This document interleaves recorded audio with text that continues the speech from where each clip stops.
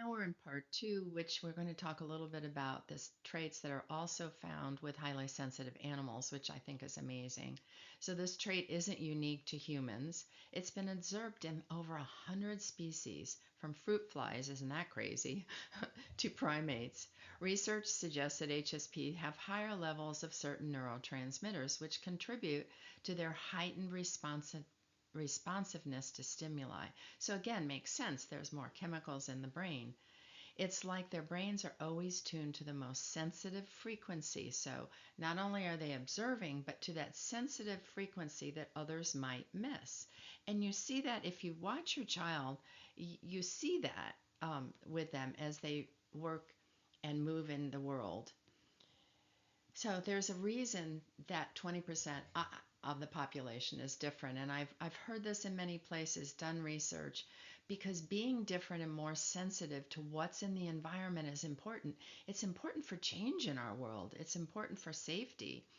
Um, so it's protective. So in many animals, it's a protective strategy just as it is in humans. I believe in humans it's more for the creation of new, that they sense things that others people don't sense, and I'll talk about that in a little bit.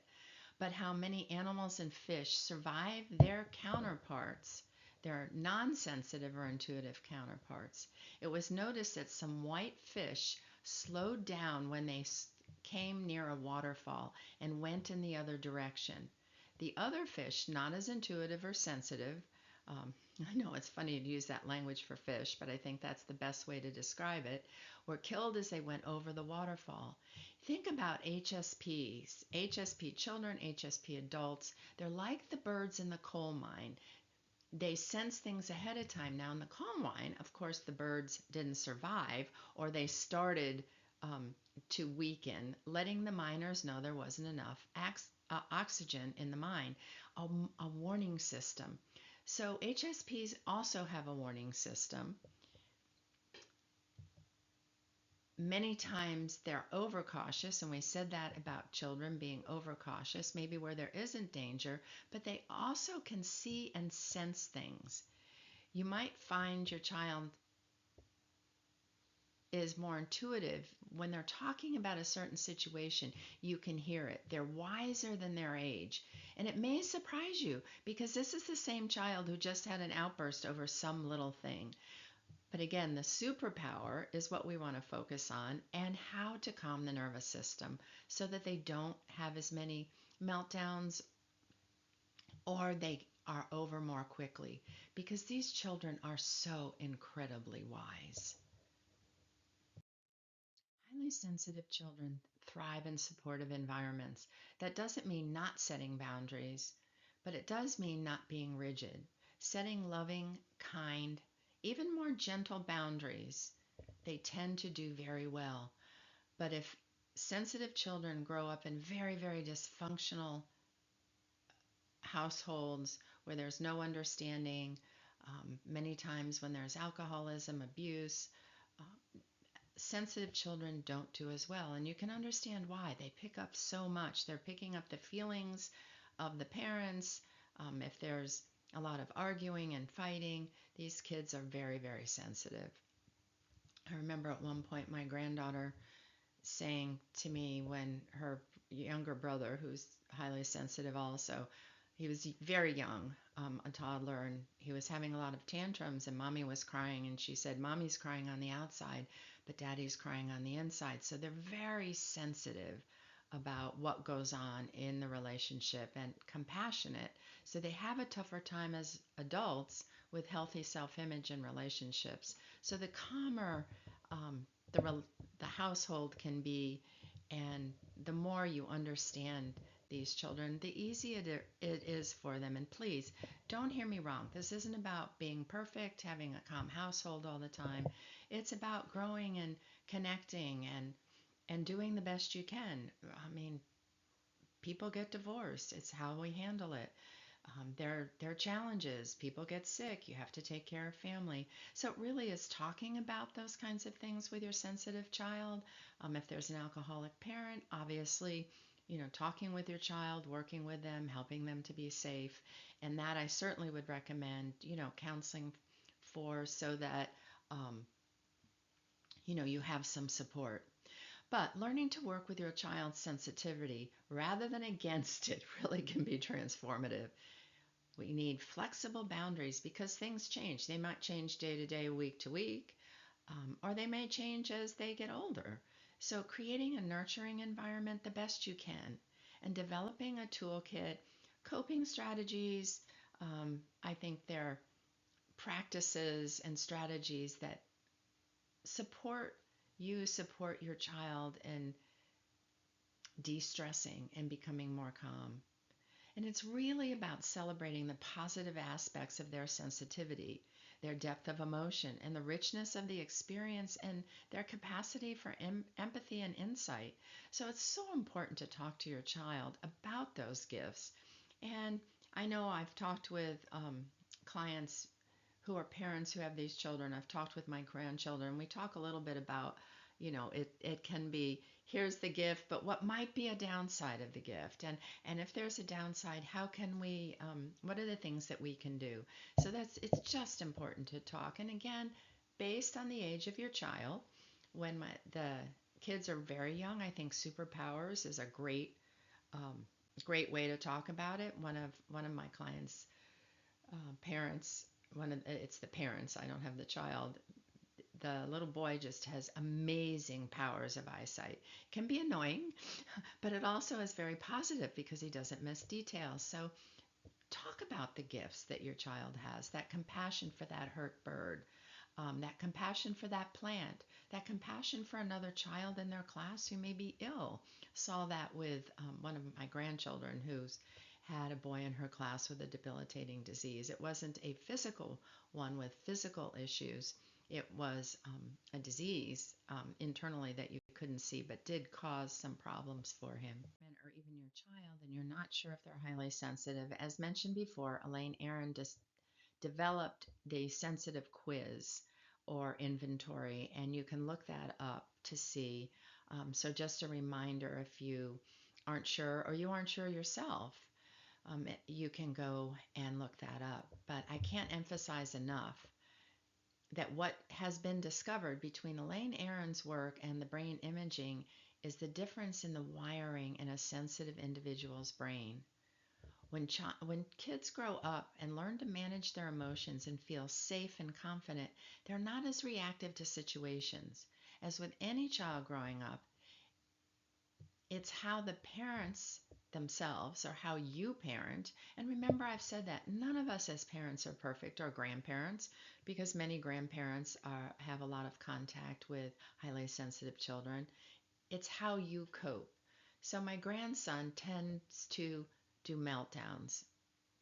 So it's easier for me, I'm not the parent, I'm the grandparent, to stay calmer. And that decreased. He had much fewer meltdowns with me than he did with other people because of the way I interacted with him. Yes, I could give him back and send him home, I understand. But even my parents that are in my practice that have these children know, even before I realized about highly sensitive and all these strategies and practices that we're going to go through for both you and your child are applicable for all women and all kids in varying degrees on how much you use them.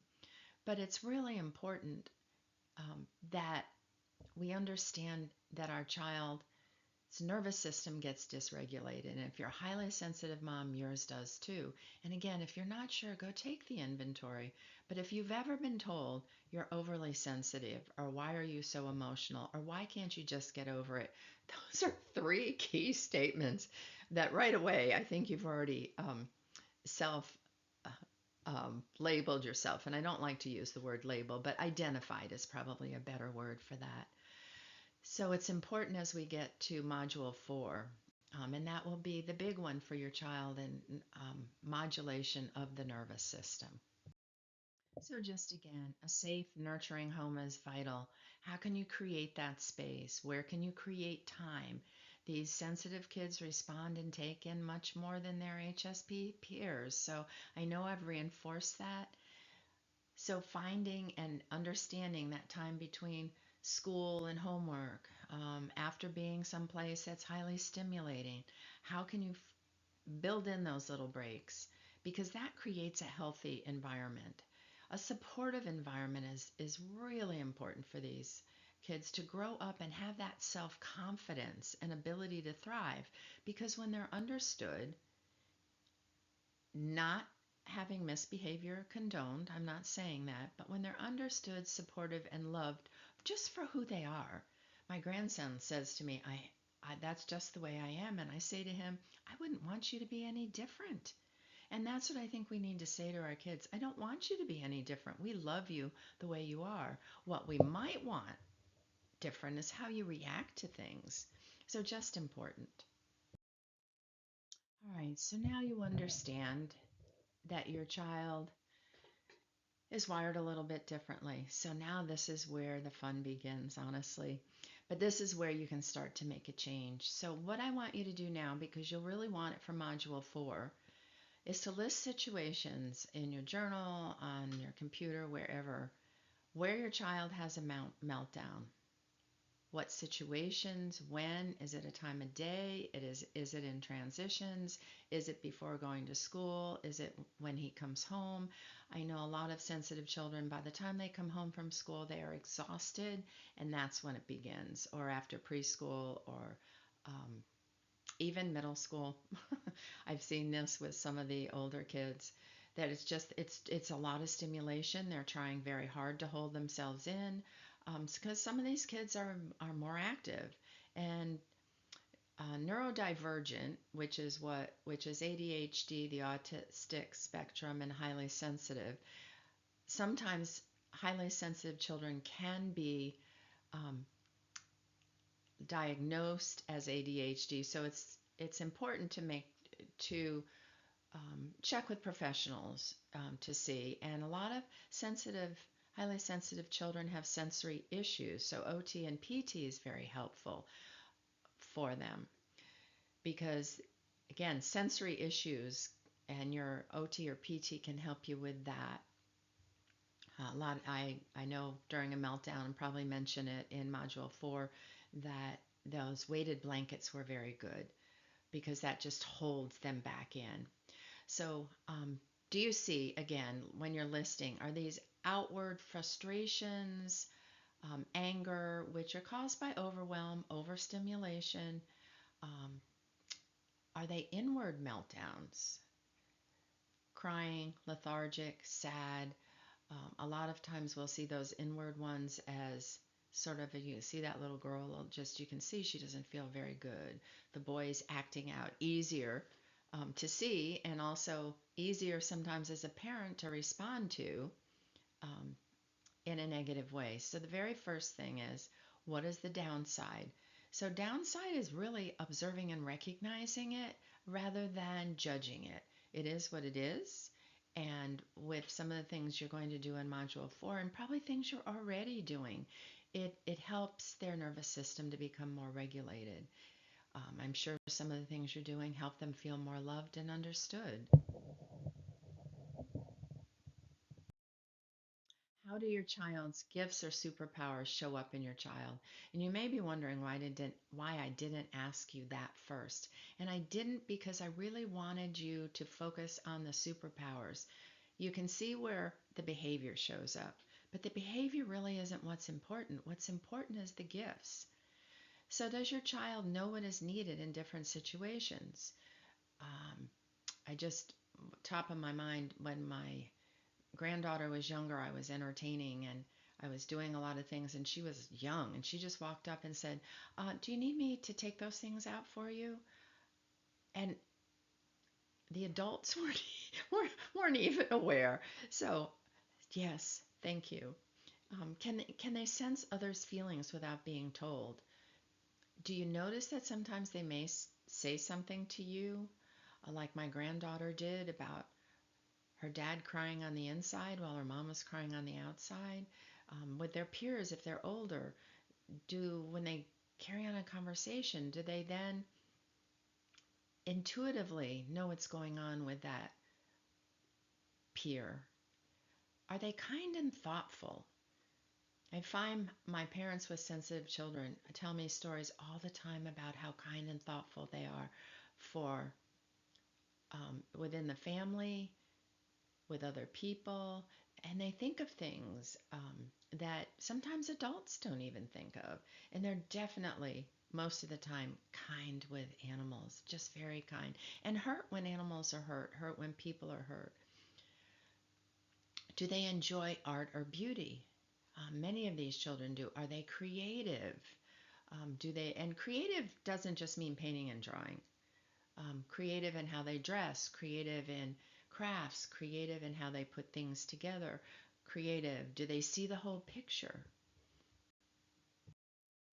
Do they observe the small details? I'm constantly in awe listening to parents and watching my grandchildren, and I know I have this also, at looking at the small details. And of course, remember, there's always a downside. Can be annoying. That child who recognizes that um, his sister has a new pimple on her face. Not something you need to talk about, little brother. But observing small details is such a positive because you can put things together. These children put things together. They see things that are missing. It's definitely a good protective trait.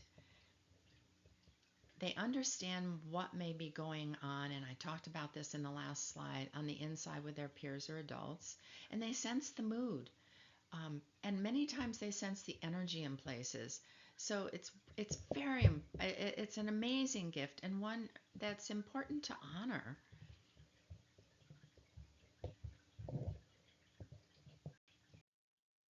So just as you did with the downside, I really would like you to take a list of the gifts you notice with your child. How do they use the gifts? And how can you help them recognize their gifts and superpowers? And again, even with adults, my clients, we call them superpowers, gifts and superpowers interchangeably.